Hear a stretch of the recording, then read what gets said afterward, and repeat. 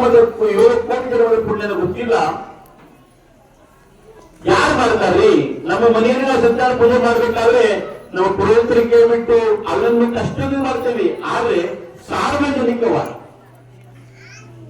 ಪರಮಾತ್ಮನ ಅನುಗ್ರಹ, ಪುರೋಹಿತರ ಅನುಗ್ರಹ, ಗುರುಗಳ ಅನುಗ್ರಹ, ಎಲ್ಲರ ಅನುಗ್ರಹ ಸಿಗಬೇಕಂತ ಕಾರಣವನ್ನು ಮಾಡಿರ್ತಕ್ಕಂಥವ್ರು ಸನ್ಮಾನ್ಯ ಶ್ರೀ ಪೂಜ್ಯ ಶ್ರೀ ವೀರೇಂದ್ರ ಹೆಗಡೆ ಅವರು.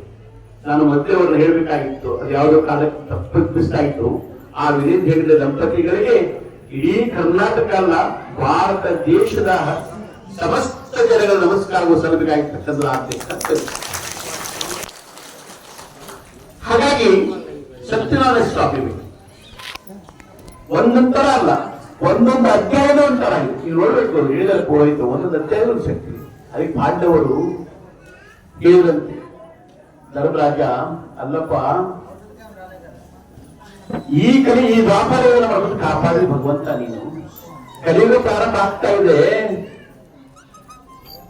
ಏನೇ ಹೇಳ್ತೀಯ ಪ್ರಾರಂಭ ಆಗ್ತಾ ಇದೆ ಅಂತ. ನಾನು ಹೋಗಿ ಹೋಗೋದಕ್ಕೆ ಸಮಯ ಬಂತು ಅಂತ ಹೇಳ್ತೀಯ, ಕಾರಣ ಆಗಲೇ ಬಂದಿದೆ ಅಂತ ಹೇಳ್ತೀಯ.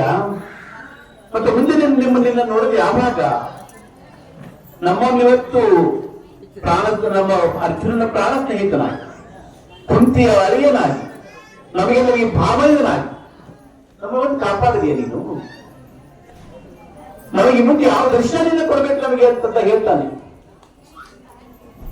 ಇಡೀ ಭಗವದ್ಗೀತೆಯನ್ನ ಅರ್ಜುನ ಹೇಳಿದೆ. ಕುರುಕ್ಷೇತ್ರ ಮಹಾಯುದ್ಧದಲ್ಲಿ ಕೇವಲ 45 ನಿಮಿಷದಲ್ಲಿ 747 ಶ್ಲೋಕಗಳನ್ನ ನಾನು ಹೇಳಿದ್ದೆ. ಭಗವದ್ಗೀತೆಯನ್ನ ಅದ್ಭುತವಾಗಿ ಕೇವಲ 45 ನಿಮಿಷ ಹೇಳ್ತೀನಿ. ಕುರುಕ್ಷೇತ್ರ ಮಹಾಯುದ್ಧದಲ್ಲಿ 45 ನಿಮಿಷದಲ್ಲಿ ಇಡೀ 747 ಶ್ಲೋಕವನ್ನು ಭಗವಂತ ಹೇಳ್ತಾನೆ.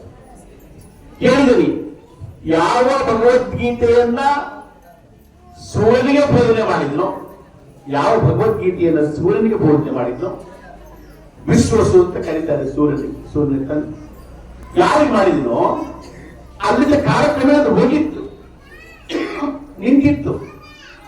ನಿಂತಿರ್ತಕ್ಕಂಥ ಆ ಒಂದು ಭಗವದ್ಗೀತೆಯನ್ನ ನಿನ್ನನ್ನು ನಿಮಿತ್ತವಾಗಿಟ್ಟುಕೊಂಡು ಲೋಕಕ್ಕೆ ಸಾರ್ಥಕದ ಕೆಲಸವನ್ನು ಮಾಡ್ತಾ ಇದ್ದೇನೆ. ಇದು ಭಗವದ್ಗೀತೆ 18 ಅಧ್ಯಾಯದ 747 ಶ್ಲೋಕಗಳ ಅಭಿಪ್ರಾಯ. ನಿನ್ನ ನಿಮಿತ್ತ ಮಾಡ್ಕೊಂಡಿದ್ದೇನೆ ಅಂತ ಕೃಷ್ಣ ಹೇಳ್ತಾನೆ.